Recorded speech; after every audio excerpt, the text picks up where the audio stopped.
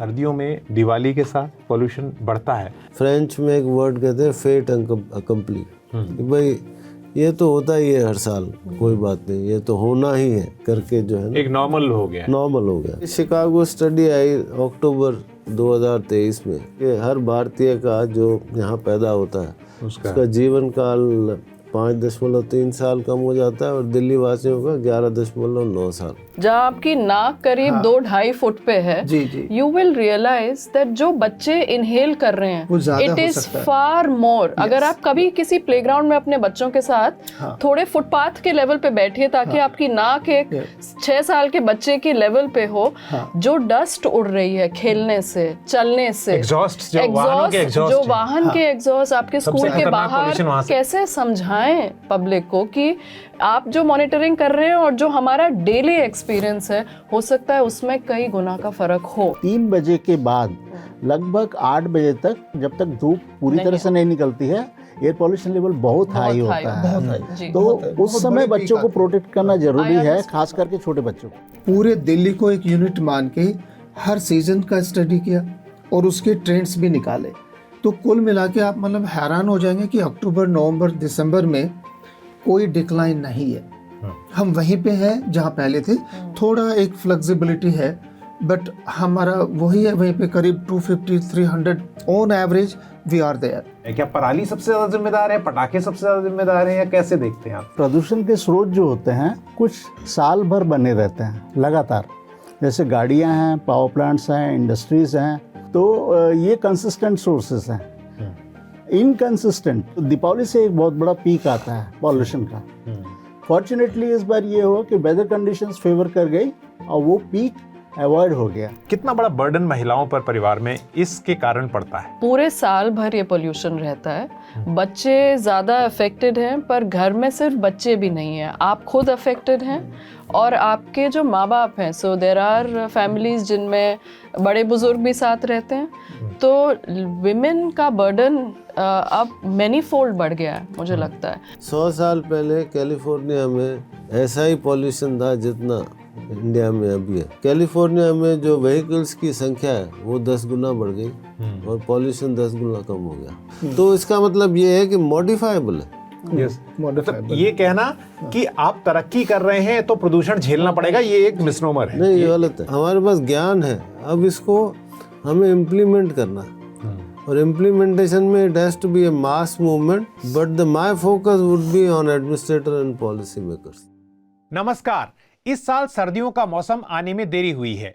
नवंबर दिसंबर में तापमान असामान्य रूप से ऊपर रहे हैं, लेकिन वायु प्रदूषण के स्तर इस साल वैसे ही चिंताजनक बने हुए हैं जैसे हर साल सर्दियों में हो जाते हैं। दिल्ली और विशेष रूप से उत्तर प्रदेश के कई हिस्सों में एयर पोल्यूशन का स्तर बहुत खराब है। वायु प्रदूषण का हेल्थ पर इंपैक्ट बढ़ता जा रहा है। साल दर साल आ रही इस समस्या को लेकर न्यूज लॉन्ड्री ने एक कैंपेन शुरू किया है, फाइट टू ब्रीथ, यानी हवा का हक, साफ हवा का हक।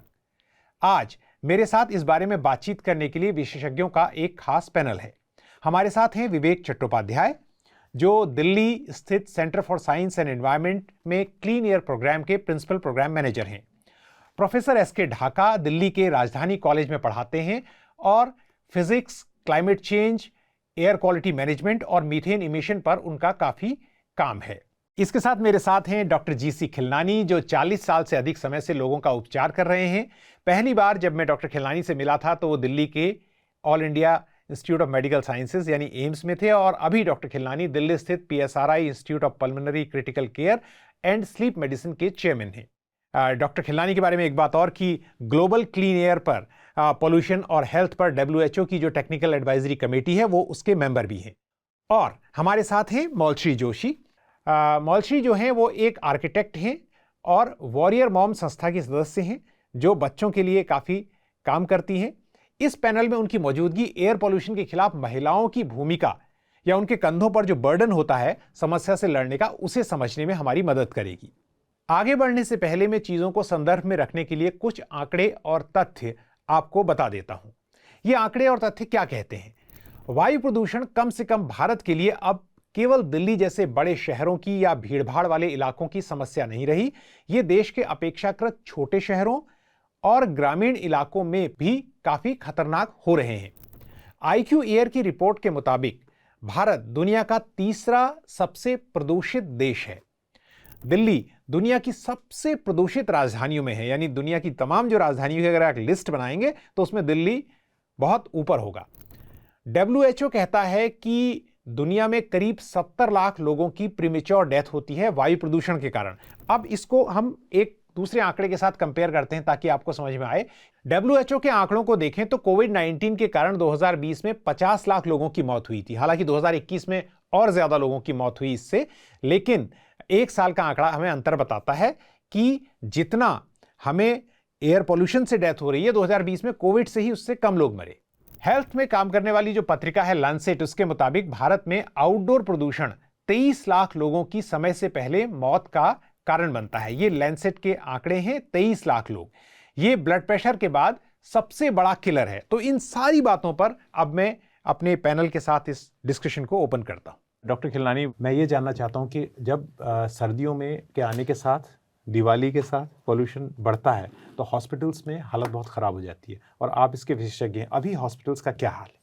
देखिए, ऐसा है कि एक तरह से दिल्ली वासियों की आदत हो गई है कि जैसे ही सर्दियां आती हैं, दिवाली का टाइम आता है, AQI तो खैर पता चलता रहता है, उनका गला ख़राब होता है, खांसी होती है, नाक बहने लगती है, आँखों में जलन होती है, कई बार स्किन में भी इचिंग होने लग जाती है, शाम को थकावट ज़्यादा होती है, नींद भी डिस्टर्ब होती है। वो सोचते हैं, ये फ्रेंच में एक वर्ड कहते हैं फेट अकम्पली, कि भाई ये तो होता ही है हर साल, एक नॉर्मल हो गया, नॉर्मल हो गया। लेकिन जो मैं एज ए पल्मोनोलॉजिस्ट देख रहा हूँ पिछले 30 साल से, और जो मैं अब की बार बताऊँगा, जो करीब 40 दिन पहले एक दिन OPD में लगातार 5 मरीज वैसे आए जो कि बिल्कुल स्टेबल थे, उनको एस्थमा या कोई लंग डिजीज़ थी, लेकिन वो आराम से अपनी ज़िंदगी जी रहे थे। 5 को खांसी हुई, 5 को सांस में तकलीफ़ हुई, वीजिंग हुई। वो अपने इनहेलर लेते थे लेकिन उनको फ़ायदा नहीं हो रहा था। तो मैंने उनको एग्जामिन किया, कोई ख़ास मुझे एबनॉर्मेलिटी नहीं मिली। मैंने एक्सरे कराया, एक्सरे नॉर्मल था। लंग फंक्शन टेस्ट स्पायरोमेट्री करते हैं, वो भी कराई। और एक टेस्ट होता है जिसको कहते हैं fraction of excelled nitric oxide, जो कि एयरवेज के इन्फ्लामेशन को मेजर करता है। उन 5 का वो टेस्ट बढ़ा हुआ था। फिर उनको ट्रीटमेंट हम देते हैं, अगर अक्सर ये स्टीरॉयड से रिस्पॉन्ड करते हैं, देना पड़ता है हमें शॉर्ट टर्म के लिए, क्योंकि इनहेलर्स भी पूरा काम नहीं करते। और जनरली ये लोग मेरे पास पहुंचने से पहले 2-3 कोर्सेज एंटीबायोटिक के ले चुके होते हैं, जिनका उनको कोई फ़ायदा नहीं होता। और इस तरह से जो OPD अटेंडेंस है इस तरह के मरीज़ों से, वो बहुत ज़्यादा हो जाती है। और कुछ लोग जो हेल्दी लोग हैं वो रात भर सो नहीं पा रहे। इसके अलावा कुछ लोग जिनको निमोनिया होता है, जो कि साधारण निमोनिया होना चाहिए, वो ICU तक भी पहुंच जाते हैं बिकॉज ऑफ एयर पोल्यूशन। और ये इसका हमारे पास प्रमाण है जी। तो डॉक्टर साहब, मैं ये जानना चाहता हूँ कि ऐसी स्थिति में जो लोग रिलेटिवली प्रिविलेज्ड हैं उनके लिए तो हॉस्पिटल आ सकते हैं, उनके लिए OPD भी है उनके लिए, लेकिन कई लोगों को तो सड़क पे जो है उनकी हालत, it may be hitting everyone like the same. नहीं, देखिए, ये जो वायु प्रदूषण डिस्क्रिमिनेट तो नहीं करता। ये जो ICU में पेशेंट्स आते हैं, जो लोग एडमिट हैं हमारे यहाँ किसी बीमारी से, लंग की बीमारी से, वो ड्यूरिंग ट्रीटमेंट डिटेरियोरेट कर रहे हैं। ये भी मेरी ऑब्जर्वेशन है। अब इसका प्रमाण क्या है हमारे पास? प्रमाण ये है कि शिकागो स्टडी आई अक्टूबर 2023 में, जिसमें ये बताया गया कि हर भारतीय का जो यहाँ पैदा होता है उसका जीवन काल 5.3 साल कम हो जाता है, और दिल्ली वासियों का 11.9 साल, लगभग 12 साल कम होता है। तो और उसके अलावा जो इससे भी ज़्यादा स्ट्रॉन्ग प्रमाण हमारे पास आया था कोविड के टाइम पर। कोविड क्या होता है? कोविड एक निमोनिया है। और कोविड में जैसे नॉर्थ इटली और सदर्न इटली में सबसे ज़्यादा प्रभावित हुआ था, आपको याद हो तो, बहुत ज़्यादा मौतें हुई थी। मिलान में वहाँ शुरू हो गया। जी हाँ। तो जो नॉर्थ इटली है वो पॉल्यूटेड होता है, सदर्न इटली इज क्लीनर। तो नॉर्थ इटली में जो मोर्टेलिटी थी वो 3 टाइम्स ज़्यादा थी, विच वॉज जो कि ये माना गया कि पॉल्यूशन की वजह से। सिमिलरली जर्मनी और यूरोप में एक स्टडी कंडक्ट हुई थी जो उन्होंने डेटा एनालाइज किया कि जब 85% डेथ्स वहाँ हुई थी जहाँ NO2 लेवल 50 to 100 था, और जहाँ NO2 लेवल 15 ppm से कम था वहाँ बहुत कम डेथ्स हुई थी। अमेरिका में भी ये था कि हर माइक्रोग्राम इंक्रीज हुआ PM 2.5 तो कोविड की डेथ्स बढ़ गई। ये बहुत सॉलिड हमारे पास एविडेंस था। तो ये दोनों को अगर मिलाया जाए, जीवन काल को और ये कोविड वाले एविडेंस को, तो ये जो पॉल्यूशन को सिर्फ गला खराब और नाक बंद करने तक सीमित नहीं सोचा जाए, क्योंकि पॉल्यूशन हमारे शरीर के हर हिस्से को असर करता है, और उसको भी असर करता है जो बालक अनबॉर्न गर्भ में ग्रो कर रहा है, उसमें भी इंट्रायूट्राइन ग्रोथ रिटार्डेशन, और उसका जो भविष्य है वो भी उस पे मैं आप पे वापस आऊँगा। ये बात जो डॉक्टर खिलनानी बता रहे थे ये रिसर्च है, और अगर मैं अपने दर्शकों के लिए कह रहा हूँ कि सिंपली आप गूगल करेंगे तो गार्डियन वेबसाइट में मैंने एक पूरी खबर पढ़ी थी कि पैर के नाखून से लेकर सर के बाल तक कोई शरीर का अंग नहीं है जो एयर पोल्यूशन से प्रभावित नहीं हो रहा है। और बच्चों की जो कॉग्निटिव एबिलिटी है, उनकी संज्ञानात्मक जो ताकत है, उसको जैसा डॉक्टर खिलनानी ने इशारा किया, वो क्योंकि बचपन से उसके गर्भ में जब तक है बच्चा तभी से शुरू हो रहा है। डॉक्टर साहब, प्रोफेसर साहब, ये जो पाई चार्ट है प्रदूषण का, क्योंकि आपका मेजरमेंट जो एक क्षेत्र रहा है, कोई कह रहा है कि वाहनों का प्रदूषण इस बार ज्यादा हो गया है, डस्ट तो है ही, निर्माण क्षेत्र भी है, बिजली घर भी है, इसको कैसे देखा जाए? The factors contributing. सब लोगों का जो विचार है वो अलग अलग आता है। इवन जो डिफरेंट इंस्टीट्यूशंस और रिसर्च ग्रुप हैं उनमें भी वेरिएशन है, इस वो एक मत नहीं है।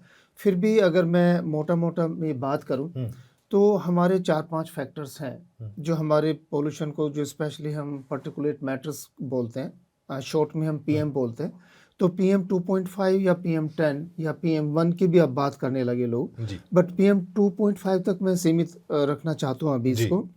तो जो हमारे बहुत ही महीन पार्टिकल्स हैं, ये जैसे डॉक्टर खिलनानी ने बताया अभी, क्योंकि ये मेन कारण है, और ये हमारे सांस के द्वारा अंदर जाता है और अंदर ऑर्गन्स में जाके इफेक्ट करता है। और जितने भी और बारीक कण हैं वो PM 1 उसका भी मेजरमेंट्स हुआ है, उसके भी कुछ मेजरमेंट्स हैं, बट इतना नहीं है जितना PM 2.5 का है। तो वो हमारे ब्लड स्ट्रीम तक चला जाता है एंड उसका अपना रोल है फिर जो ब्रेन स्ट्रोक है उसमें। अभी इस वर्ष जो मेजरमेंट है वो भी बड़ा कॉम्प्लिकेटेड रहा। सैटेलाइट जो ऑब्जर्वेशंस हैं उन्होंने फायर काउंट किया एंड फायर काउंट इस बार काफ़ी कम हुआ कंपैरेटिवली, बट पोल्यूशन कम नहीं हुआ। तो पोल्यूशन कम ना होने के भी कई मत हैं।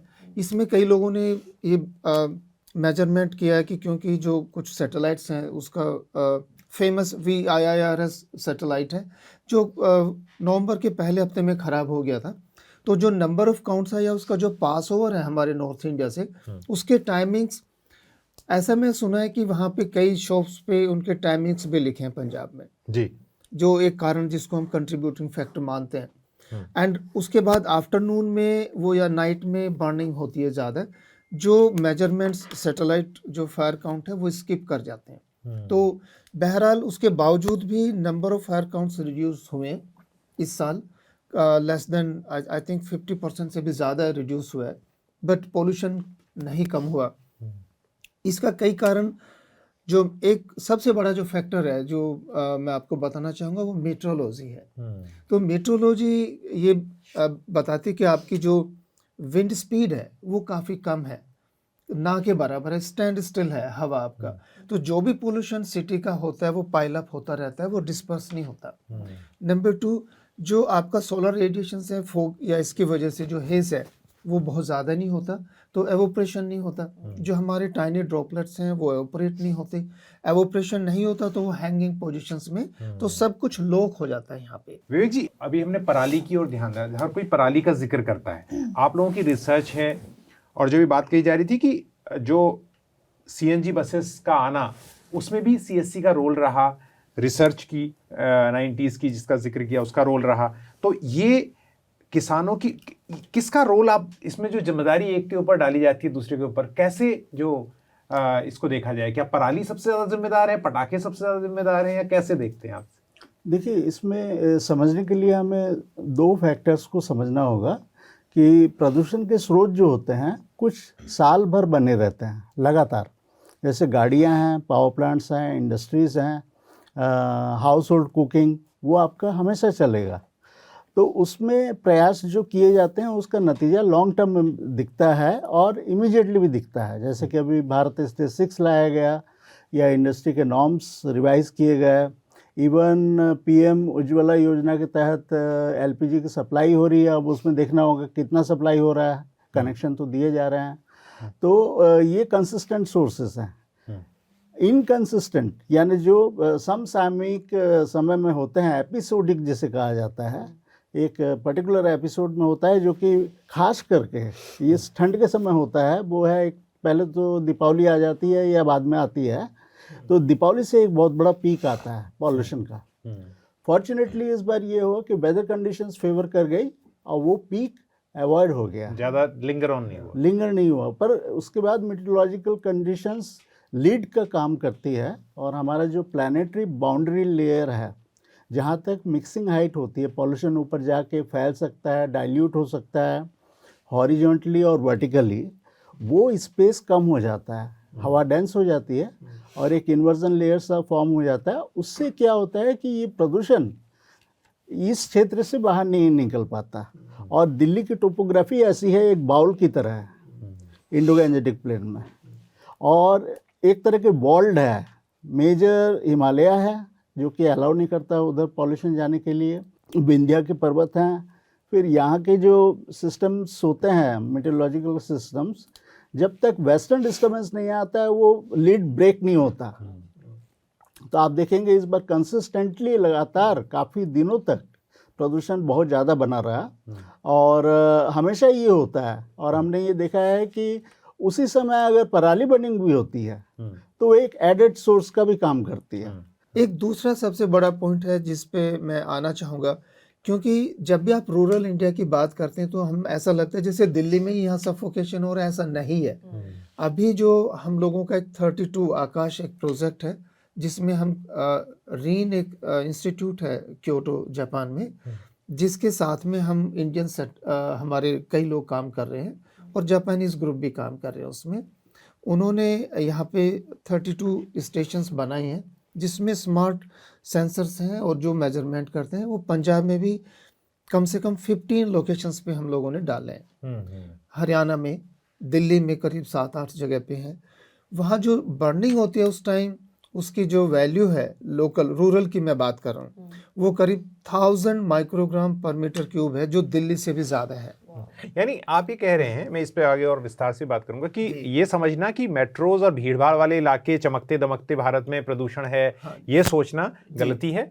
जिसे हम गांव देहात कहते थे वो भी, और इवन पहाड़ी कुछ शहरों में वहां भी बहुत ज्यादा प्रदूषण बढ़ रहा है। मैं इस पे बात करूंगा, अभी विवेक जी को भी साथ में लेंगे। मौलवी, मैं आपसे पूछना चाहता हूँ कि विमेन का जो है, बिकॉज आप जो वॉरियर मदर्स से जुड़ी हुई हैं, वॉरियर मॉम से, महिलाओं को पेरेंट्स का भी ख्याल रखना होता है, बच्चों का भी ख्याल रखना होता है, और दोनों की प्रॉब्लम्स एयर पोल्यूशन से हैं। अभी डॉक्टर साहब उसमें और बताएंगे कितना बड़ा बर्डन महिलाओं पर परिवार में इसके कारण पड़ता है। उनका एक्सपीरियंस क्या कहती हैं? आपके साथ जो कोलीग्स होंगी वो बताती होंगी, आपने खुद देखा होगा। आई थिंक ये सवाल पे ज़्यादा चर्चा हुई नहीं है। हम ऐसा समझते हैं कि पेरेंट्स बच्चों का ख्याल बराबर रखते हैं और उनको दिक्कत हो रही है, इतना ही समझना है। पर असल में क्या है कि पूरे साल भर ये पोल्यूशन रहता है। बच्चे ज़्यादा अफेक्टेड हैं, पर घर में सिर्फ बच्चे भी नहीं हैं, आप खुद अफेक्टेड हैं और आपके जो माँ बाप हैं। सो देयर आर फैमिलीज जिनमें बड़े बुजुर्ग भी साथ रहते हैं। तो विमेन का बर्डन अब मैनी फोल्ड बढ़ गया है, मुझे लगता है। एंड द अनप्रिडिक्टेबिलिटी भी बहुत बढ़ गई है कि जो चीज़ पहले सोचा जाता था कि सिर्फ सर्दी के मौसम में होती है, अब साल भर आपके पीक्स रहते हैं पोल्यूशन के, और कई बार वो ज़्यादा गर्मी में भी और ज़्यादा बरसात के टाइम में भी रहता है। तो बच्चे अलग अलग तरह से रिएक्ट कर रहे हैं। तो ये मानना कि ये सीजनल काम है और ये पेरेंट्स में बराबर डिवाइडेड है इस काम का लेबर, ये सही नहीं है। तो मुझे लगता है women get the undue pressure to take care of this within families. उसके साथ जो वर्किंग मदर्स हैं, जो बाहर काम करती हैं, उनको ये अंडरस्टैंडिंग अपने एम्प्लॉयर्स से मिलना कि जैसे आप कह रहे हैं डॉक्टर साहब कि लोग रात रात भर नहीं सो पाते, what is the effect on prolonged sleep deprivation. आप बिना पूरी नींद करे हुए घर बच्चों को संभाल रही हैं, तो do you have the support at your work place? और जो मदर्स घर संभाल रही हैं उनके पास क्या कोपिंग मैकेनिज्म है? क्योंकि we have treated it like a fait accompli.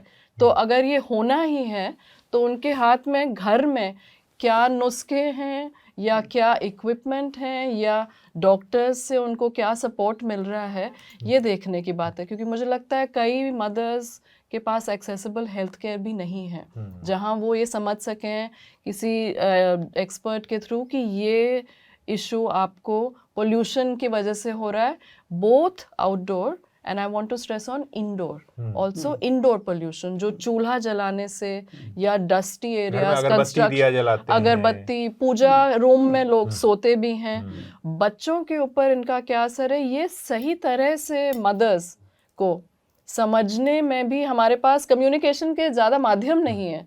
तो I think this research has to become public science, और ये लोगों की ज़ुबान में उनको समझाने की ज़रूरत है जो हम लोग यहाँ एक्सपर्ट डिस्कशन कर रहे हैं। नहीं तो डॉक्टर खिलानी तो जो लोगों की ज़ुबान में समझाते रहे, मैं इनका भेजा हुआ पढ़ता भी रहता हूँ। सर ये जो अभी दवाइयों का है, हम इस पर बात करना चाहते हैं आपसे कि दवाइयाँ जो हैं पिछले 20 साल में जैसे पोल्यूशन की समस्या बढ़ी है और थोड़ा अवेयरनेस आ गई, लैंडसेट की रिपोर्ट्स और जो ये गोल्डन रिपोर्ट्स आती हैं, इनको IQAir रिपोर्ट्स हैं, इनको पहले लोग इतना पता नहीं होता था। मैं खुद एक जर्नलिस्ट के तौर पे देख रहा हूँ 2010 के बाद, 7-8 के बाद अवेयरनेस बढ़ी है। क्या दवाइयों के क्षेत्र में भी ऐसी तरक्की हुई है? क्योंकि कई लोग मिसलीड भी हो रहे हैं, घरेलू नुस्खे कई बार जो हैं वो आदमी को कई ऑर्गन्स को वो भी कर रहे हैं। तो मॉडर्न मेडिसिन में क्या हो रहा है? नहीं, बिल्कुल दवाइयों में बहुत ज़्यादा इम्प्रूवमेंट हुआ है। अगर लंग की बात करें तो लंग के जो ट्रीटमेंट ऑप्शंस हैं वो काफ़ी बड़े हैं, उसकी अंडरस्टैंडिंग बड़ी है, इसमें कोई शक नहीं। और दूसरा, लोगों का परसेप्शन बदला। 25 साल पहले अगर मैंने किसी को कहा कि आप एक इनहेलर ले लो तो वो घबरा के वो कहते नहीं आदत पड़ जाएगी, मेरे को तो अस्थमा हो गया, मैं इनहेलर नहीं लूँगा। लेकिन आज हर ऑलमोस्ट हर घर में जहाँ बच्चे हैं वहाँ नेबुलाइजेशन मशीन है। हर तीसरा बालक इस शहर में एस्थमेटिक है। तो ये एक नेगेटिव चीज़ भी है, पॉजिटिव चीज़ है। नेगेटिव इसलिए कि इतनी बीमारी बढ़ गई है, पॉजिटिव चीज़ है कि अवेयरनेस आ गई है। क्योंकि इनहेलेशनल थेरेपी या एरोसोल थेरेपी जो होती है वो आइडियल ट्रीटमेंट होता है एस्थमा, ब्रोंकाइटिस, COPD के लिए, जो कि लोग पहले नहीं लेते थे। अब वो लेना शुरू किया है तो उनका क्वालिटी ऑफ लाइफ, मोर्टेलिटी जो एस्थमा से होती थी वो अब कम हो गई है। लेकिन जो पॉल्यूशन का जो इफ़ेक्ट है उस पे जो स्टडीज़ आई हैं पिछले 15-20 साल में, वो आई ओपनर है। और एक्चुअली पॉल्यूशन का तो 1942 के पहले किस वेस्टर्न वर्ल्ड में भी पता नहीं था, it was only during London fog. London fog क्या था? लंदन फॉग ऐसे नहीं था एक दिन में हुआ था, क्योंकि वो डेटा कलेक्ट कर रहे थे, मोर्टेलिटी डेटा। तो उनको पता चला कि 3 महीने के दौरान 12,000 एक्स्ट्रा डेथ हो गई। तो उन्होंने कहा ये कैसे हो गया? डेटा था तो था, इंडिया में डेटा कम है इसलिए हमें पता नहीं। तो वो 12,000 डेथ तब उनको पता चला कि ये फॉग की वजह से हुई है, या जिसको हम स्मॉक कहते हैं, लंदन स्मॉक कहते हैं उसको। और स्मॉक होता है fog plus air pollution is called smog. और ये कोल की वजह से, तब वो इंग्लैंड में इंडस्ट्रियलाइजेशन चल रहा था, बहुत ज़्यादा इस्तेमाल, कोल बहुत इस्तेमाल हो रहा था। वहाँ से कहानी शुरू हुई कि ये एयर पोल्यूशन हमारी सेहत को असर कर रहा है, क्योंकि ये मैन मेड प्रॉब्लम है। आप हिमालय पे चले जाएं, आपका AQI 0 होगा, 0। वहाँ पर आदमी नहीं है तो फिर पॉल्यूशन भी नहीं होगा। ये हमारा क्रिएट किया हुआ है, तो इसलिए यही बात मैं कह रहा था जो आपने कही है। मतलब मैं इसमें आपसे भी चाहता हूँ, और ये कि जैसे आपने कहा कि मौसमी जो चीजें हैं, विंड स्पीड नहीं है, उसको तो हम कंट्रोल नहीं कर सकते, लेकिन हम इमिशन को कंट्रोल कर सकते हैं। हाँ, लेकिन मैं ये बताना चाहता हूँ कि फ़र्क ये है कि 100 साल पहले कैलिफोर्निया में ऐसा ही पॉल्यूशन था जितना इंडिया में अभी है, और बीजिंग में, चाइना में, टोक्यो में भी, चाइना में भी ऐसा ही पॉल्यूशन था जैसे दिल्ली में होता है। It was very bad. तो लास्ट 100 साल में कैलिफोर्निया में जो व्हीकल्स की संख्या है वो 10 गुना बढ़ गई और पॉल्यूशन 10 गुना कम हो गया। यस। और बीजिंग ने करीब 2016 में इसको वॉर फुटिंग पे लिया, और न सिर्फ उनका पॉल्यूशन इम्प्रूव हुआ, उस शिकागो स्टडी ने बताया कि लाइफ एक्सपेक्टेंसी 2.2 ईयर बढ़ गई उनकी इन लास्ट 10 ईयर्स। तो इसका मतलब ये है कि मॉडिफाइबल है। यस, मतलब ये कहना कि आप तरक्की कर रहे हैं तो प्रदूषण झेलना पड़ेगा, ये एक मिसनोमर है। नहीं, ये गलत है, ये गलत बात। ये गलत है। सिर्फ ये है कि ज़रूरी ये है कि हमारे जो पॉलिसी मेकर्स हैं, एडमिनिस्ट्रेटर्स हैं, वो इस पर ध्यान दें और उस पर इन्वेस्ट करें। और इम्प्लीमेंटेशन, नॉलेज है, उसको इम्प्लीमेंटेशन करना जरूरी है। डॉक्टर साहब, आपसे मैं ये जानना चाह रहा था कि जो आपने बात कह रहे थे ना कि हमारा जो गवर्नेंस है, CPCB, प्रदूषण नापने की स्थिति है। एक जमाना था जब दिल्ली में एक ITO में लगा रहता था सेंसर, वही हो जाता था कि सर आज दिल्ली में बहुत सारे हैं, अगर मैं गलत नहीं हूं तो 50 के आसपास तो मीटर लगे ही हैं। बिल्कुल। तो इस मामले में क्या स्थिति हुई है? डॉक्टर साहब ने कहा कि अगर इमिशन स्टैंडर्ड्स को कम करें तो लाइफ एक्सपेक्टेंसी बढ़ेगी, तो उसको कम करने के लिए पहले मॉनिटरिंग चाहिए, डायग्नोसिस चाहिए। हाँ। सबसे पहले तो हमें ये पता चले कि ये एमिशन हो कितना रहा है। ये लोग कहते हैं कि इसको मेजर करने से क्या होगा। मैं एक वैज्ञानिक दृष्टिकोण आपको बताता हूँ कि हमें पता होना चाहिए कि क्या लिमिट हमारे लिए ठीक है और कौन सी लिमिट इसको क्रॉस करके जाएगी। वो तभी पता चलेगा जब आपका कंटिन्यूअस रियल टाइम में मॉनिटरिंग हो। तो अब करीब CPCB और जो हमारा सेंट्रल पोल्यूशन कंट्रोल बोर्ड है और Delhi pollution control committee, DPCC जिसको बोलते हैं, दोनों के मिला के करीब 40-45 स्टेशंस हैं। मैं आप लोगों के साथ शेयर करना चाहता हूँ, ये बहुत इम्पोर्टेंट है। हमने पिछले करीब 15 वर्ष में सारे स्टेशंस का डेटा यूज़ किया, पूरे दिल्ली को एक यूनिट मान के हर सीजन का स्टडी किया और उसके ट्रेंड्स भी निकाले। तो कुल मिला के आप मतलब हैरान हो जाएंगे कि अक्टूबर, नवंबर, दिसंबर में कोई डिक्लाइन नहीं है। हम वहीं पे हैं जहाँ पहले थे, थोड़ा एक फ्लेक्सिबिलिटी है, बट हमारा वही है वहीं पे करीब 250-300 on average we are there. Morning hours में आप लोगों ने सुना होगा कि ये बढ़ जाता है, of course it goes up to like 500-600। Afternoon में जैसे जैसे सनराइज होता है, सोलर रेडिएशन होता है, विंड स्पीड थोड़ी सी बढ़ती है, तो ये इसकी वैल्यू घट के 250 तक या 200 तक आ जाती है। बट पूरे सीजन का अगर हम एवरेज करें तो it remains around 250, 270, 280 like this. कोई डिक्लाइन नहीं हुआ। गवर्नमेंट बोलती रहती है, लोग अपने उसके लिए बोलते रहते हैं, बट फैक्ट जो डेटा है, मैं अपनी तरफ से नहीं कह रहा हूँ, ये हमारे 40 स्टेशन का डेटा बता रहा है कि हम वहीं पे हैं। हालांकि जो दूसरा पार्ट है हमारा जो समर में, और जो समर में थोड़ा डिक्लाइन हुआ, लाइक 5-6 माइक्रोग्राम पर ईयर पिछले 15 वर्ष में, और उसके बाद जो रेनी सीजन है जी, तो मतलब अगर आप 4 या 5 माइक्रोग्राम पर ईयर भी आप डिक्लाइन कर रहे हैं तो आपको 50 वर्ष लगेंगे वहां तक आने में। इससे काम बिल्कुल नहीं चलने वाला। Implementation is must.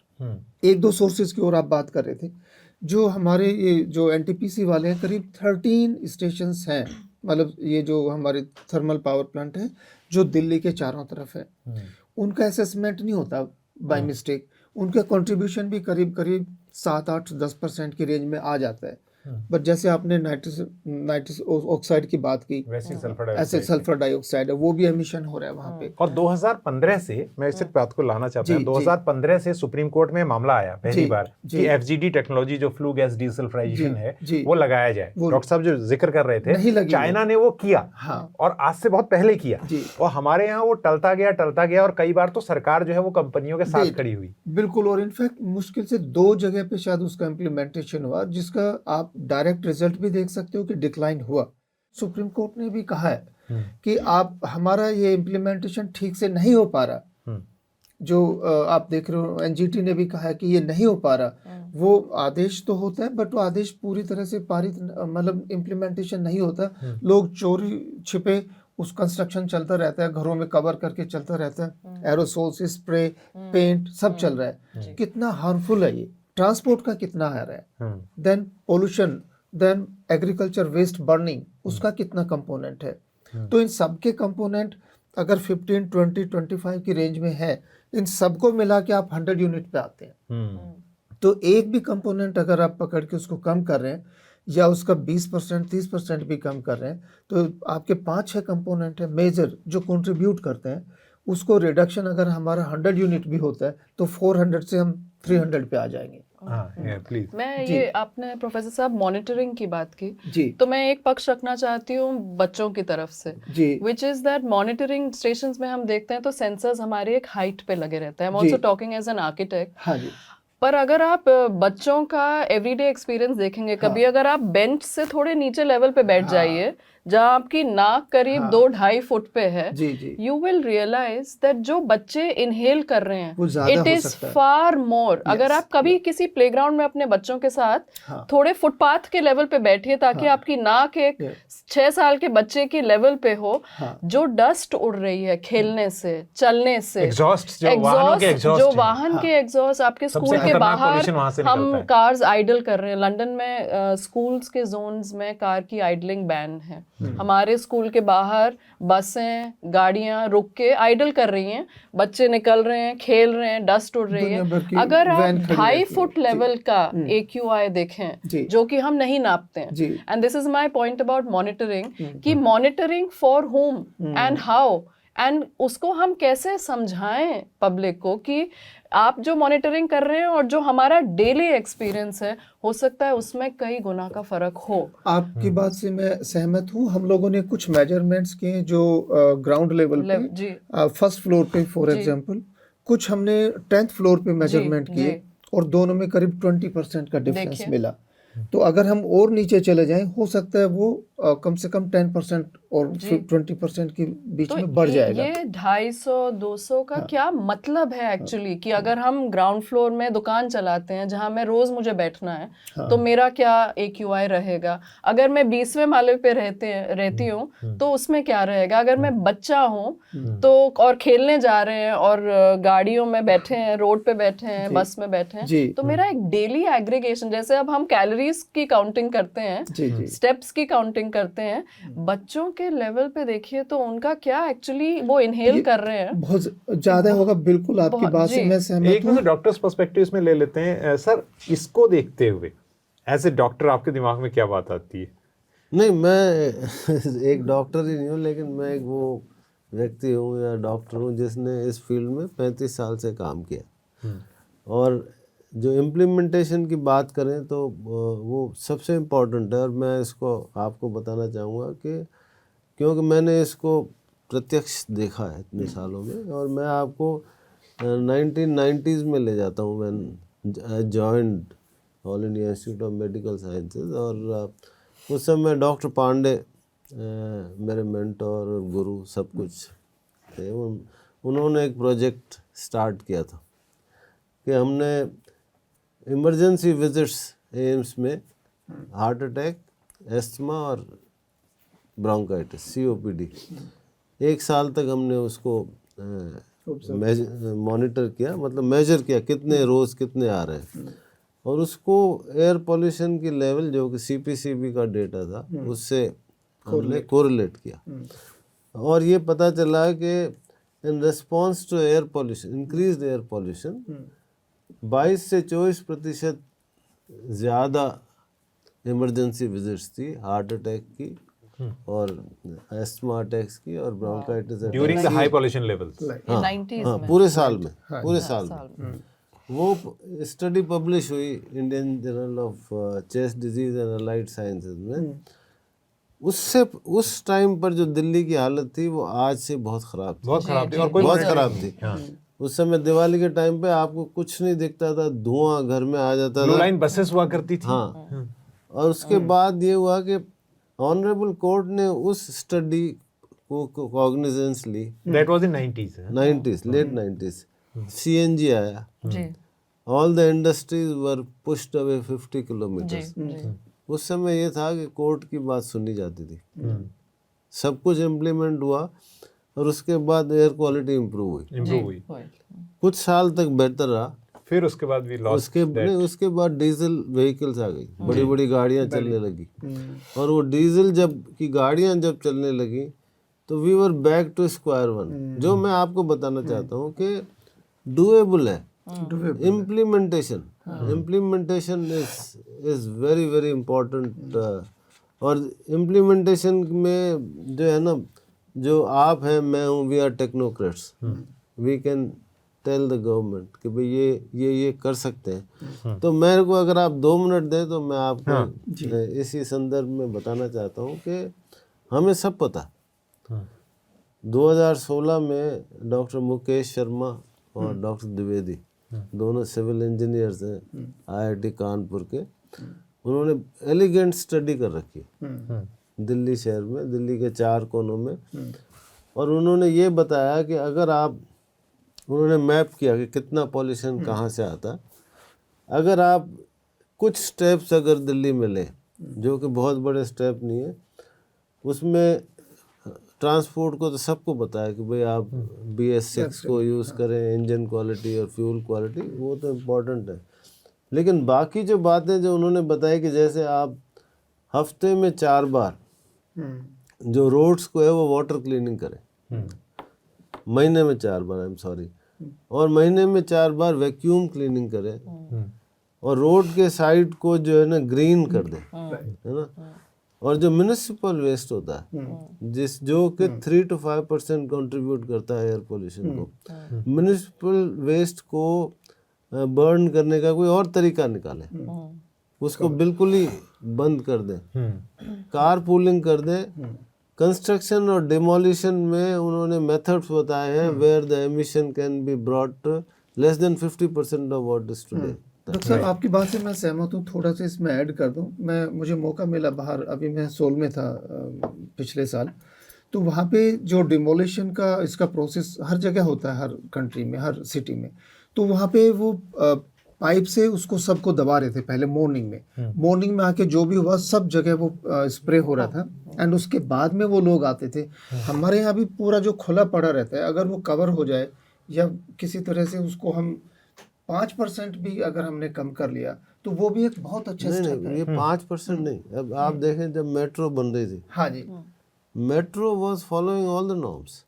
Metro construction जब हो रही थी, हाँ जी, तब सारे नॉर्म्स फॉलो कर रहे थे। जी जी। उसके अलावा एक और उन्होंने जो बताया कि if you convert, there are 9,000 tandoors making, chicken tikka and paneer tikka and this. They all run on coal and wood. अगर आप उसको LPG में या इलेक्ट्रिकल में कन्वर्ट कर रहे हैं, कोई टेस्ट में ज़्यादा फर्क नहीं आएगा, लेकिन 9% एयर पोल्यूशन कम होगा। स्टडीज़ ने ये पाया है कि बायोमास बर्निंग अभी भी रियलिटी है हम भारत के देश में।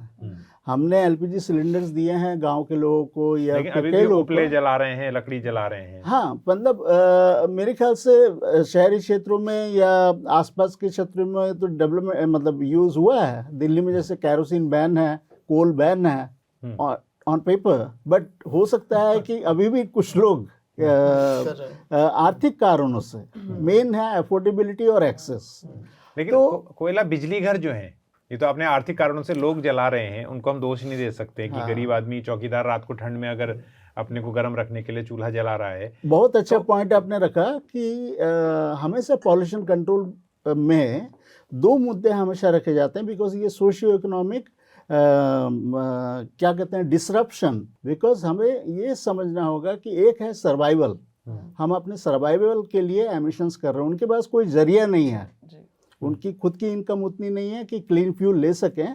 तो सरकार की जिम्मेवारी बनती है कि हम उनको सब्सिडाइज रेट में क्लीन फ्यूल दें, परंतु जो अमीर लोग हैं, अमीर मतलब इस सेंस में कह रहा हूँ कि जिनके पास आर्थिक साधन है, उनको जिम्मेदार बनाया जाए और उनसे हम प्रदूषण कम कराएं। एसयूवी लेके आप जा रहे हैं, परंतु आप पॉइंट आउट करेंगे कि वो रात को क्यों लकड़ी से सेक रहा है, आपने क्या उसको कंबल बांटे, आपने क्या उनको नाइट शेल्टर दिया। जो अभी हाई कोर्ट का आदेश आया था कि चांदनी चौक एरिया में इतने होमलेस लोग हैं, दिल्ली गवर्नमेंट ने क्या किया, होमलेस लोगों को व्यवस्था क्यों नहीं दी।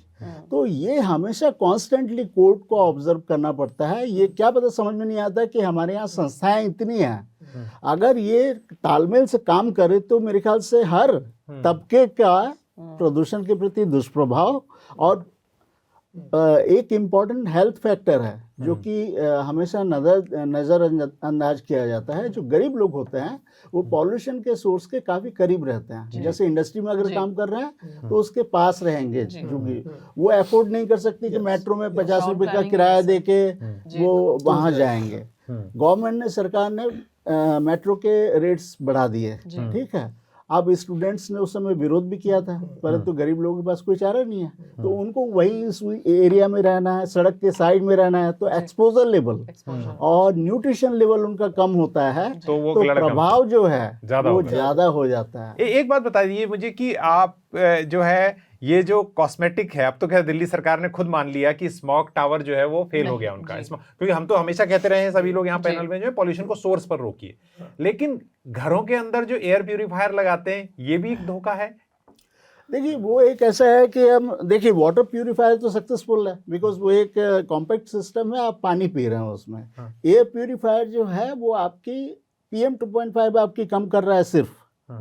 गैसियस पॉल्यूटेंट्स जो होते हैं, नाइट्रोजन ऑक्साइड, कार्बन मोनोऑक्साइड, उनको ख़त्म करने के लिए उसमें व्यवस्था नहीं है, ठीक है। उसमें जो आपके जो फिल्टर्स लगे हुए हैं वो इवन पोलेंस, बैक्टीरिया, इनको न्यूट्रलाइज कर सकता है, पर न्यूट्रलाइज करने के लिए ओजोन का इस्तेमाल होता है जो अलग घातक है। दूसरा साइंटिफिक फैक्टर ये है कि अगर आपने वो प्यूरिफायर तभी काम करेगा आपने अगर इस कमरे को पूरा सील करके रखा है, उससे हेल्थ सिग्निफिकेंस, जो कि एक टर्म है सिक बिल्डिंग सिंड्रोम कहा जाता है, कि हमारे यहाँ कमरे में जैसे हम बैठे हुए हैं, यहाँ CO2 लेवल लगातार बढ़ रहा है, और व्यक्ति परिवार जब सोता है तो कमरे में लगभग 2000 ppm 2500 ppm तक CO2 पहुंच जाता है। उसके अलग दुष्प्रभाव हैं सर में। तो आपके लिए ये चारा नहीं है कि एयर प्यूरिफायर लगा के आप सुरक्षित है, आपको ऑक्सीजन भी चाहिए, खिड़कियां खोलनी पड़ेंगी। तो ये एक तरह का मार्केटिंग स्ट्रेटेजी है उनकी। देखिए एयर प्यूरिफायर क्या होता है, एयर प्यूरिफायर होता है एक फिल्टर, जो फिल्टर होता है जो पार्टिकुलेट मैटर को जो रोकता है, लेकिन उसमें जो अच्छा एयर प्यूरिफायर होगा उसमें एड्जॉर्बिटेंट भी होता है, AD एड्जॉर्बिटेंट होता है जो गैसेस को भी रोकता है, और जो the air which comes out you believe that it is clean, लेकिन वो उसको यूज़ करने की जो कुछ मर्यादाएं होती उस मर्यादा के अंतर्गत दायरे में सबसे पहली बात है कि एयर प्यूरिफायर में दोनों चीज़ होनी चाहिए, फिल्टर भी और एड्जॉर्बिटेंट भी। दूसरा ये है कि जो एयर प्यूरिफायर का जो कैपेसिटी है वो कमरे के वॉल्यूम से कमेंसुरेट होना चाहिए। ये ऐसा नहीं है कि आपने लिविंग रूम में रख दिया और कह दिया हमारी हवा साफ हो गई, वो नहीं होगी। तीसरा ये कि दरवाजे खिड़कियां बंद करना पड़ेगा, अगर बार बार चाय पानी आता रहेगा तो वो नलीफाई हो जाता है। उसके कंस्ट्रेंट भी कुछ खड़े करता है, मतलब कि आप इसी मर्यादा जो आपने कही। और चौथी बात ये है कि जब जो आपका जहाँ बिस्तर है, जो एग्जिटिंग एयर का जो डायरेक्शन है प्रेफरेबली उधर ही होना चाहिए जहाँ आप। पांचवी बात सबसे इम्पोर्टेंट बात, सबसे इम्पोर्टेंट बात यह है कि WHO जिसका मैं मेंबर हूँ और वहाँ बहुत बार ये बहस हो चुकी है, so far there is no scientific evidence that it improves the health. लेकिन ये है कि my thinking is that lack of evidence is not evidence to contrary. Just because हम लोग उसको जनरेट नहीं कर पाए, तो मेरे सोच में जो हेल्दी लोग हैं उनके लिए एयर प्यूरिफायर का कोई काम नहीं है। लेकिन जिन लोगों को अस्थमा है, ब्रोंकाइटिस है, जिनको हार्ट डिजीज है, जिनको, सुनिए पूरी बात सुन लीजिए, उनके लिए ये बेनिफिट होना चाहिए। ये मैं सोचता हूँ, छोटे बच्चे। फाइनली एक बात और, अगर आप फिल्टर्स को प्रॉपरली चेंज नहीं करेंगे, it can become a source of fungal infections, क्योंकि वो। और दूसरा फैक्टर मैं बताना चाह रहा हूँ, खतरे भी हैं उसके। हमारा एयर पॉल्यूशन कंट्रोल एक्ट घर के अंदर लागू नहीं होता। हमें इंडोर एयर क्वालिटी के स्टैंडर्ड सेट करने होंगे। जितने बड़े बिल्डिंग्स हैं, इंस्टीट्यूशंस हैं, ऑफिसेस हैं, एटलीस्ट वहाँ हमें ये स्टैंडर्ड्स लागू करके जो पैरामीटर्स हैं उसकी मॉनिटरिंग चालू करनी होगी, ताकि सिक बिल्डिंग सिंड्रोम जिसे कहा जाता है, कि आप अंदर बैठे हैं, आपको सर दर्द हो रही है, आपको पता नहीं चल रहा है, कि आपको ये लगता है कि मैं बाहर जाऊं फ्रेश एयर लूं, वो उसका लक्षण है। उसके स्टैंडर्ड्स विदेशों में कई जगह आ चुके हैं, परंतु भारत सरकार ने अभी भी उसको नोटिफाई मेरे ख्याल से नहीं किया है, और इम्प्लीमेंटेशन तो आप समझते हैं। एक बात बताइए कि मैं आपके पास आ रहा हूं। जी जी जी, एक बात बताइए कि टाउन प्लानर्स और आर्किटेक्ट्स, जो बातें अभी डॉक्टर साहब ने कही और विवेक ने कही और प्रोफेसर ढाका कह रहे हैं, टाउन प्लानर्स और आर्किटेक्ट को कितना सेंसिटाइज किया गया और कितना उस दिशा में काम हो रहा है? हमारी, जैसे जयराम रमेश को मैंने एक बार कहते हुए सुना था जब कोपेनहेगन सम्मेलन हुआ था, ग्रीन बिल्डिंग कोड आएगा। हालांकि वो जलवायु परिवर्तन के संदर्भ में बोल रहे थे, पर्यावरण और जलवायु परिवर्तन में थोड़ा सा अंतर है। तो लेकिन वो ग्रीन बिल्डिंग्स अभी भी हमें नहीं दिखती, सारे कोई सोलर पैनल वगैरह बनाते नहीं है, लगाते नहीं है। तो इसी हिसाब से एयर पोल्यूशन को लेके कितना ज्यादा सेंसिटिव है या नहीं है? जितना काम एयर कंडीशनिंग पे हुआ है, उसका एक फ्रैक्शन वर्थ ऑफ काम air quality, indoor air quality पे हुआ है। So I think there is a long way to go. अभी इस पे काम बस शुरू हुआ है, क्योंकि ये जैसा आप कह रहे हैं बहुत ही कॉम्प्लेक्स सिस्टम है, और उसका मेंटेनेंस और उसकी मर्यादा में काम करना हमारे डे टू डे के लिए बहुत मुश्किल है इन द इंडियन कंडीशंस। तो design of buildings indoor air quality को लेते हुए आजकल जो आपकी रोज़मर्रा की बिल्डिंग्स हैं वो नहीं लेती हैं, and I think that's a serious cause of worry, क्योंकि हम ऐसी बहुत चीज़ें करते हैं रोज़ जो इंडोर एयर क्वालिटी को और ख़राब करती हैं। जैसे कि आप कह रहे हैं अगरबत्ती जलाना, परफ्यूम्स डालना, एरोसोल्स, आप एलपीजी के कुकर स्टोव्स जलाते हैं, उससे नाइट्रोजन ऑक्साइड निकलता है, कार्बन मोनोऑक्साइड निकलता है, और ज्यादातर लोग सोचते हैं कि हम एलपीजी जला रहे हैं, तो ये तो शुद्ध है, ये तो गैस है, परंतु वो एक मिसकंसेप्शन है। वेंटिलेशन अगर नहीं प्लान हो रही है। एक मैं प्रोफेसर साहब से सवाल पूछना चाहता हूं, आप जवाब दीजिएगा, मैं एक सवाल पूछ लेता हूं, आप जवाब दीजिएगा, उसमें वो बात भी जोड़ लीजिए, मेरा सवाल भी ले लीजिए। जी जी बताइए। वो ये कि जो क्रिमिनल नेग्लिजेंस है, मैं एज ए रिपोर्टर अब बोल रहा हूँ, क्योंकि आप सबने एक्सपर्ट के तौर पे बात की, तो मैं थोड़ी सी अथॉरिटी एज ए रिपोर्टर रखता हूँ। जितना ज्यादा क्रिमिनल नेग्लिजेंस मैंने देखा है, और गोल्फ लिंक में अगर दिल्ली में काम होगा सर, तो वो ढक के करेगा पूरा। गाजियाबाद में जाइए, नोएडा में जाइए, बिल्डरों के लिए कोई नियम कानून नहीं है। पुलिस वालों के थाने के पास जो है, पटाखे जलाना तो चलो छोड़ दिया जाए, लेकिन वो टायर जलाते हैं रात को, और वो उनकी आंख के नीचे होता है, नाक के नीचे होता है। इस बात का कितनी चिंता है? और फिर आप अपनी बात भी। जी जी, मैं सबसे पहले अभी उसके साथ मैं बात जोड़ना चाहूँगा जो मैडम इंडोर और आउटडोर पोल्यूशन की बात करी थी। इस पे हमने करीब 2 वर्ष काम किया, और हमने द्वारका में, द्वारका सब सिटी थोड़ा सा ग्रीन मानते हैं उसको, बट मैं उसका एक्चुअल ऑब्जर्वेशंस बता देता हूँ। हमने इंडोर पे रखे कुछ जो हमारे स्मार्ट सेंसर्स हैं, कुछ ओपन में रखे एक ही बिल्डिंग में, और अभी उसका जो अंदर वाला पार्ट था, मतलब जो इंडोर था, that was better like 50 microgram और समथिंग, बट पूरे महीने में जब भी सनलाइट हुआ उस टाइम या हवा चली, इंडोर नहीं बदला, आउटडोर क्लीन हो गया। तो आप अल्टीमेटली कम से कम 10 डेज तक 100 माइक्रोग्राम वर्स्ट एयर क्वालिटी में रहे, जबकि आप खुश थे कि आप अंदर हैं और आप पोल्यूशन से बच रहे, जबकि रिवर्स था। प्रोफेसर साहब, जब गैप लगता है तो हम बच्चों को कहते हैं आप अंदर रहिए, बुजुर्ग और बच्चे अंदर रहें, पर इस अंदर की हवा क्या बाहर से साफ है, ये हमें नहीं मालूम। नहीं, इनफैक्ट बिल्कुल उसके पीछे एक्चुअली लॉजिक ये होता है कि बच्चे जब सवेरे निकलते हैं स्कूल के लिए, बहुत अर्ली मॉर्निंग आवर्स में निकलते हैं, उस समय 3 बजे के बाद लगभग 8 बजे तक, 8 साढ़े 8 तक, जब तक धूप पूरी तरह से नहीं निकलती है, एयर पॉल्यूशन लेवल बहुत हाई होता है, बहुत हाई जी। तो उस समय बच्चों को प्रोटेक्ट करना जरूरी है, understand. खास करके छोटे बच्चों मैं को। उनका पर या ये एक डिले तरफ किया का, जाए, पर ये अगर एक डिले तरफ करें का आप, लॉजिक है। तो तब भी संभव है कि नहीं, पर ये बातें धूप जो आप निकल सब कह रहे हैं मैं बिल्कुल मानता हूँ, लेकिन जो मैंने सवाल पूछा था, मैं उसका दैट जवाब इज मैं दे देता हूँ। आई फील वेरी एजिटेटेड और बहुत एंग्री अबाउट हाँ, इट, ये- बिकॉज आपके सामने हो रहा है। जी, हाँ, जी। भैया ये पुलिस वाला कह रहा है मेरे पास फोर्स नहीं है, आप अपने सामने अगर ड्रग, मैं उदाहरण दे रहा हूँ, बिकते हुए देख रहे हो और कुछ नहीं कर रहे हो तो ड्रग तो बिकेगी। डॉक्टर साहब ने अभी बहुत अच्छा एग्जांपल दिया था। ऑनरेबल सुप्रीम कोर्ट ने कहा है कि हम देख रहे हैं, और पिछले हफ्ते में 5 तारीख तक उन्होंने कहा हम ग्रैब 4 नहीं उठाएंगे, ये लागू रहेगा। हमें पता है कि ये ठीक से लागू नहीं हो रहा है। इसका मतलब हमारे जो टॉप एडमिनिस्ट्रेशन के लिए एक संदेश है कि सब लोगों को पता है कि आपने ग्रैब 4 इम्प्लीमेंट किया, ये लोगों की हेल्थ के लिए किया, बट वो इम्प्लीमेंट नहीं हो पा रहा है। तो इम्प्लीमेंटेशन का आपने ये ठीक बताया, हमें भी, मैं द्वारका में रहता हूँ, वहाँ पे मैं देखा है बहुत जगह बंद कमरों में सब कंस्ट्रक्शन हो रहा है, लोग कहते हैं अलाउ कर दो, लेकिन कई जगह अब थोड़ा सा परसेप्शन बदल रहा है लोगों को, जब से ये डेली बेसिस और पे हम हमारे न्यूज़ जो में, governance मीडिया का में मुद्दा है ये इसमें, आ रहा है, तो सर वो जा रहा है, वो वहाँ पे लोगों को पता है, लोग अब विरोध करने लगे कि अब कंस्ट्रक्शन नहीं होगा। And I have seen in my but residential I still choose my words carefully. ये इम्प्लीमेंटेशन ना होने में एक संदेश जाता है कि मैं काम कुछ करने की कोशिश कर रहा हूँ, वो नहीं हो रहा है। पर क्रिमिनल नेग्लिजेंस में वर्ड जान के इसलिए कर रहा हूँ कि आप सामने देख रहे हो कि ये हो रहा है और आप कुछ नहीं कर रहे हो। पब्लिक न्यूसेंस एक्ट जो है, पब्लिक न्यूसेंस एक्ट जो है, पुलिस के पास पावर्स हैं, आईपीसी और अभी मेरे ख्याल से भारत जो संहिता बनी है, तो वो एक्ट इनके पास पावर है। पर क्या होता है कि वो उसको एज ए प्रॉब्लम नहीं देखते, लॉ एंड ऑर्डर उनके दिमाग में होता है, परंतु एम्पावर्ड अगर उनको किया जाए, कई देशों में तो इवन एनवायरमेंटल इंस्पेक्टर्स होते हैं जो कि इंश्योर करते हैं कि पॉलिसीज इम्प्लीमेंट हो।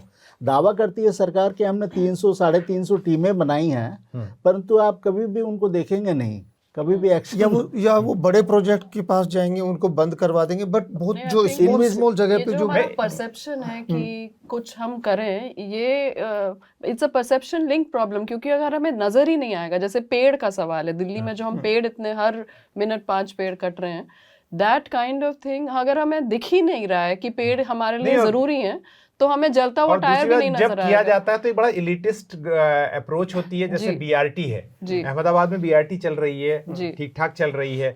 यहाँ पर बीआरटी जब लाई गई तो कितना बवाल मचा कि कैसे कार से पहले गाड़ी जा सकती है, ये एक सवाल था। जबकि BRT is a wonderful thing कि जहां पर आप लोगों को उकसाते हैं, उनको उत्साहित करते हैं कि आप जाइए, बस में बैठिए। मैं मेट्रो से चलता हूँ, बिल्कुल मैं बड़े गर्व के साथ ये कहता हूँ। पर मैं पब्लिक हेल्थ की बात पे आता हूँ। डॉक्टर साहब से एक सवाल पूछा जाए कि सर जैसे 2.5 WHO के आप मेंबर, उनकी 2.5 की जो PM 2.5 की जो लिमिट है वो 5 माइक्रोग्राम एनुअली है। यहाँ सालाना जो है मेजरमेंट आती है वो 50 माइक्रोग्राम से भी ऊपर आ जाती है ना।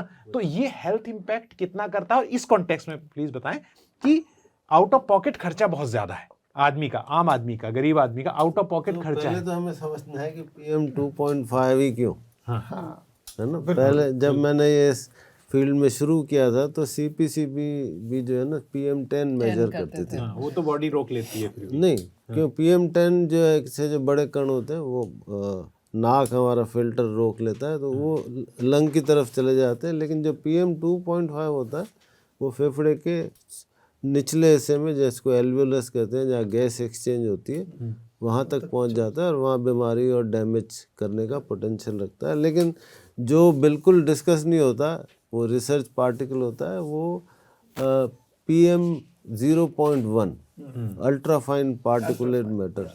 ये वो मैटर होता है जो कि हवा के नली को पार करके ब्लड में चला जाता है, फिर हमारे शरीर के हर हिस्से में जाता है, ब्रेन से लेकर लिवर, किडनी और रिप्रोडक्टिव सिस्टम, सब जगह जाता है। तो PM ultra fine particulate matter जो कि एक रिसर्च एरिया होता है, ये बहुत इंपॉर्टेंट होता है। Besides that of course gases. तो इसलिए जो PM10 जो हम मेजर करते थे, अब PM 2.5 अभी भी जो हमारे जो इंडियन एयर क्वालिटी स्टैंडर्ड है ये 60 माइक्रोग्राम है, जबकि WHO के हैं 15 माइक्रोग्राम पर every day, daily average, and 5 microgram annual average. और इसके अलावा जो है ना, हमारे शरीर को इसका क्या असर होता है ये तो मैं शुरू में ही बता चुका हूँ कि जो है ना, तो ये WHO के स्टैंडर्ड बेस्ड ऑन स्टडीज है, और I always say no amount of air pollution is safe. Let us Hepatologists often tell that no amount of alcohol you are consuming is safe. आप थोड़ा सा भी वो एक दूसरा इशू है, नहीं मैं बता रहा हूँ। हाँ, तो इसलिए जो है ना वो टॉक्सिक है। हाँ, जो PM 2.5 जो है ना, ये इसकी वैल्यू है, लेकिन PM 2.5 सिर्फ नहीं, और PM 2.5 एक नहीं होता जी। PM 2.5 is aerodynamic diameter, cut off limit है वो। Then, उसके नीचे सारे छोटे लेकिन जो particle होते हैं। सर मुझे जरा फिनिश नहीं सॉरी, तो जो PM 2.5 पटाखों से निकलेगा उसमें पोटेशियम होगा, बेरियम होगा, स्ट्रॉन्शियम होगा, परमानेंट डैमेज करेगा। PM 2.5 जो पेट्रोल से निकलेगा उसमें ओजोन बनेगी, NO2 ज़्यादा होगा। PM 2.5 जो डीजल से निकलेगा वो लंग का कैंसर करेगा। तो PM 2.5 एक नहीं होता। PM 2.5 is a measurable particle that we have, but it will differ whether it's a road dust or a petrol dust or a diesel dust or पटाखों की dust, नेचर। और दूसरा जो AQI जो आपके माध्यम से मैं बताना चाहता हूँ, रोज लोग कहते हैं आज AQI 300 हो गया, ये होता क्या? आफ्टर ऑल AQI कहाँ से आया? AQI आया 2012 में, जब गवर्नमेंट ऑफ इंडिया ने डॉक्टर मुकेश शर्मा की चेयरमैनशिप में कमेटी बनाई to give a one measure which will tell us how bad is the air pollution ना। उसका मैं भी एक हिस्सा था हेल्थ साइड से, तब मैं एम्स में काम करता था। तो इसके 6 कंपोनेंट होते हैं, और वो कंपोनेंट वही है जब शुरू से हम बोल रहे हैं, PM 2.5/2 PM 10, carbon monoxide, nitric oxide, sulphur dioxide and lead and ozone. और उसमें अलग अलग उसकी स्ट्रेंथ देते हैं, और उसकी कैलकुलेशन से एक मेजर निकल के आता है जिसको हम AQI कहते हैं। तो ये हमें समझना चाहिए। तो summarising it, that damage caused by air pollution is immense. Yes. Final round में सबसे मैं ये जानना चाह रहा था कि क्या सोल्यूशन हो सकते हैं, लेकिन विवेक मैं आपसे इसको इस तरह से पूछूंगा कि NCAP जो आया हमारा 2019 में आया, आज भी 30 से ज़्यादा शहर NCAP के अंदर ऐसे हैं जहां मीटरिंग नहीं है, राइट। और उसके अलावा फिर हमने सेंट्रल एयर क्वालिटी मैनेजमेंट ये जो कमीशन भी CAQM बना, ये सब उस हिसाब से आप दोनों से कि सरकार क्या कर सकती है कदम उठाकर। डॉक्टर साहब ने भी बात बड़ी मुखरता से कही कि इट कैन बी डन। हमने ब्लू लाइन बसेस को हटाया, CNG को इंट्रोड्यूस किया, ऐसा नहीं है, बीच बीच में हमने सफलताएं पाई हैं, पर हमने खोते गए हैं। तो उस लिहाज से एक एक करके पहले आप बता दें। देखिए, कि क्या किया जा सकता है। एनकेप की रिव्यू की थी तो उसमें हमें एक खास बात देखने को मिली कि सरकार के जो मैट्रिक्स है जजमेंट करने का कि शहर कितना वो है, वो 2 तरह से है। एक तो वो जज कर रही है कि सरकार एक शहर PM 10 को कितना कम किया, उस हिसाब से उनको फंड मिलता है। और दूसरा मैट्रिक्स है कि कितना आपने काम किया विभिन्न क्षेत्रों में, उसके हिसाब से रैंकिंग होती है। तो आप देखेंगे दिल्ली एक्शन तो लेता है, तो एक्शन के हिसाब से वो ऊपर जाता है रैंकिंग में, परंतु इम्प्रूवमेंट के मामले में एकदम बॉटम में है। तो मैट्रिक्स को पहले आप इम्प्रोवाइज कीजिए। सेकंड ये है कि आपने पहले कहा था कि PM particulate matter is the reduction strategy, हमें इतना कम करना है, परंतु बाद में वो PM 10 फोकस्ड हो गया, बिकॉज PM 10 की मॉनिटरिंग देश भर में होती है। और नॉन अटेनमेंट सिटीज़ में जैसा आपने कहा जो कि लगातार प्रदूषित रहते हैं, वहाँ PM 2.5 के एक सेंसर्स ज़्यादातर लगे हुए हैं। एक सेंसर जो होता है कभी भी उपयुक्त नहीं होता पूरे शहर की हवा को वो करने के लिए।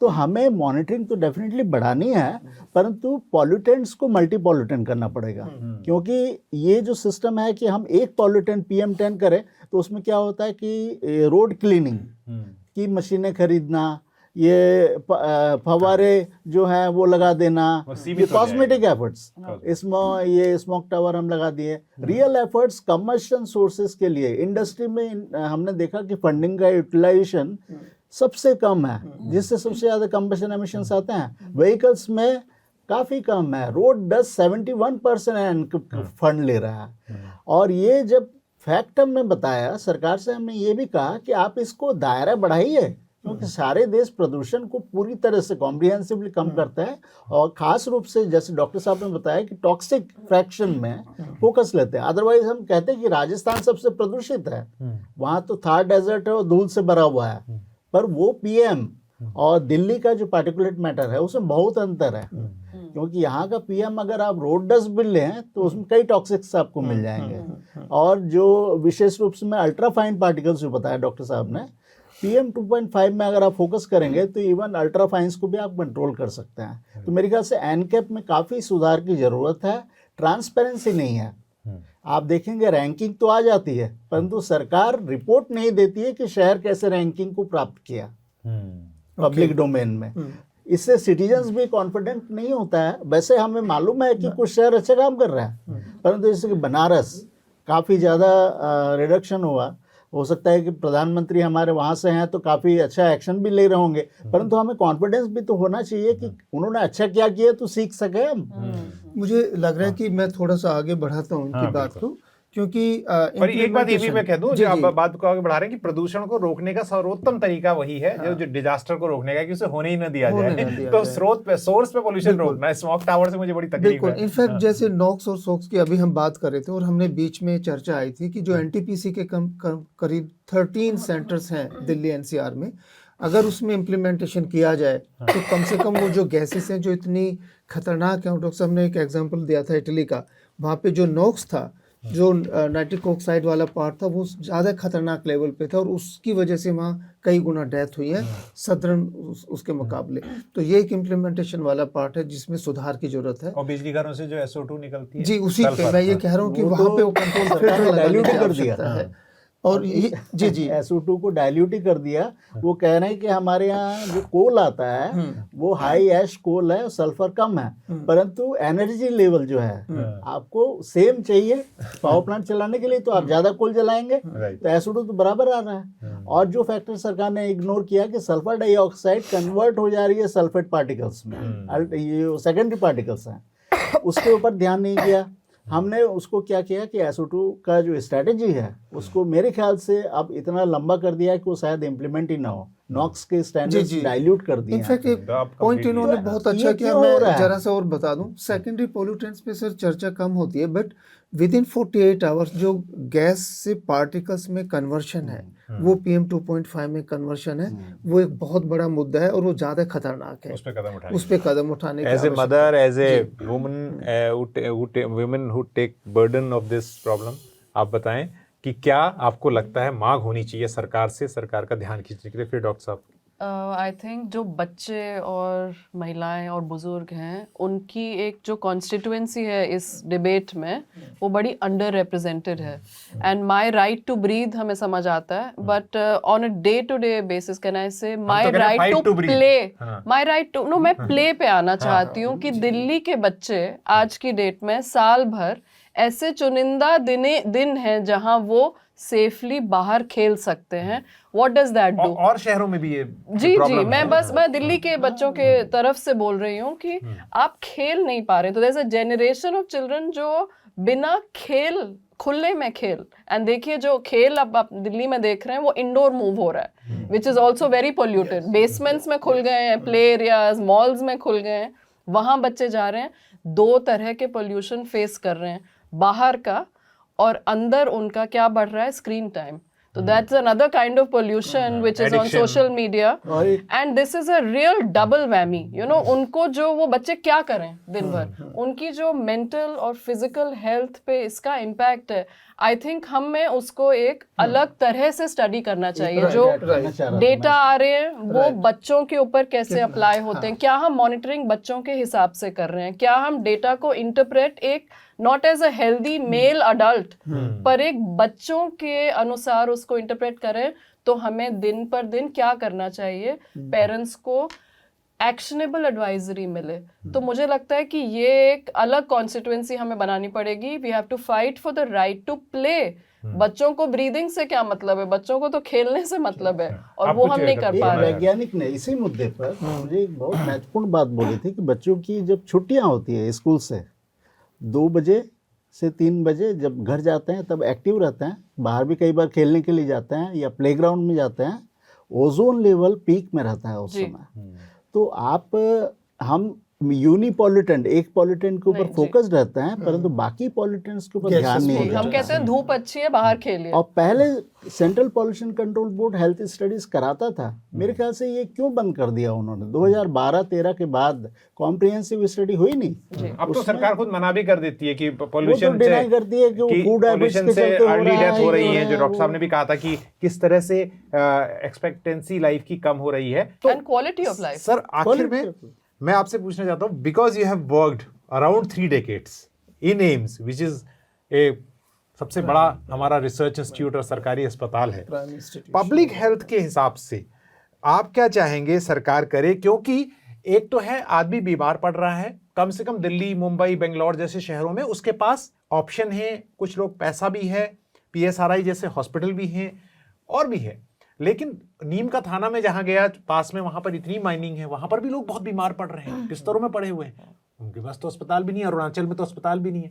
उस लिहाज से you are a policy makers को डॉक्टर खिलनानी क्या कहेंगे? नहीं, देखिए अस्पतालों का रोल है लेकिन इतना नहीं है इसमें, जो है ना। तो बताइए क्या करना चाहिए पॉलिसी मेकर्स? नहीं, मैं जैसे शुरू से ही कह रहा हूँ ना कि मेरे को आपने से बुलाया कि मैं पल्मोनोलॉजिस्ट हूँ, लेकिन मैं बताना चाहता हूँ कि एयर पोल्यूशन सिर्फ लंग को अफेक्ट नहीं करता। राइट, ये मैं शुरू से कह रहा हूँ कि एयर पोल्यूशन शुरू करें गर्भावस्था से और शुरू करें नींद से। जैसे स्लीप पे अपनी हमारी बात नहीं, अगर sleep is getting disrupted because of air pollution, मतलब एक पर्सनल बात नहीं करनी चाहिए। मैं इंग्लैंड में था अब 2 हफ्ते, my sleep was different from here, all the bed was different, सब कुछ अलग था। तो ये बहुत कम बात होती है इस बारे में। कार्डियक की बात करें या डायबिटीज़ की बात करें, हार्ट अटैक्स की बात करें या स्ट्रोक्स की बात, dementia has become a big problem of age the, जैसे हमारी लाइफ एक्सपेक्टेंसी बढ़ रही है तो डिमेंशिया जिसको हो जाती है तो उसकी लाइफ तो ख़राब हो जाती है, जो फैमिली होती है केयर गिवर्स की, उसकी लाइफ बहुत ख़राब हो जाती है। तो बात को छोटी करें कि हमारे हर हिस्से पे day to day life, longevity, quality of life, quality of newborn is getting affected. ये हम सब की जिम्मेदारी है।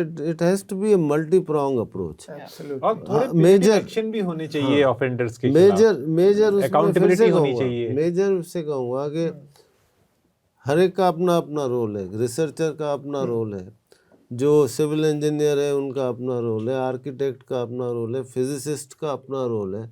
इम्प्लीमेंटेशन, इस समय हमारे पास ज्ञान है और ज्ञान 40 साल पहले नहीं था। मैंने कहा ना, ये लंदन स्मॉग के बाद ही आँख खुली पूरी दुनिया की। तो हमारे पास ज्ञान है, अब इसको हमें इम्प्लीमेंट करना, और इम्प्लीमेंटेशन में it has to be a mass movement, but my focus would be on administrator and policy makers. तो मैं आखिर में कहूँगा कि जो बात हमारे तमाम विशेषज्ञों ने कही उसमें ये जोड़ते हुए कि पॉलिसी मेकर्स के बारे में जो ज्ञान उपलब्ध है उसका इस्तेमाल करें, लेकिन 2 चीज़ें हैं, अकाउंटेबिलिटी जो उत्तरदायित्व है वो भी फिक्स किया जाए, और प्यूनिटिव एक्शन जो हैं, जो ऑफेंडर्स हैं उनके खिलाफ वो भी तय हों, और लोगों में जागरूकता हो। ये 3 चीज़ें जब मिलती हैं, तमाम जो सुझाव आए उनके साथ, तो शायद जो है वायु प्रदूषण जो खतरनाक है बहुत ज़्यादा, जो सारे पैनलिस्ट ने कहा, उसको सिर्फ फेफड़ों की समस्या न समझी जाए, सांस की समस्या न समझी जाए, वो बहुत बड़ी है। तो फाइट टू ब्रीथ के इस एपिसोड में अभी इतना ही। हवा का हक, जिसको दिलाने के लिए लगातार जागरूकता फैलाई जानी जरूरी है, और लिखना और स्वतंत्र पत्रकारिता में कहूँगा उसको भी सहयोग करना जरूरी है, ताकि जिम्मेदारी तय की जा सके। पत्रकारिता का नासूर बन चुके विज्ञापन के मॉडल को खारिज करके खबरों की इस दुनिया को बदलिए, ताकि पत्रकारिता आपके लिए जवाबदेह बने। newslaundry.com/subscription पर क्लिक कीजिए और अपने मन मुताबिक पेमेंट का विकल्प चुनिए, क्योंकि हमारे सब्सक्राइबर्स का नारा है, मेरे खर्च पर आजाद हैं खबरें।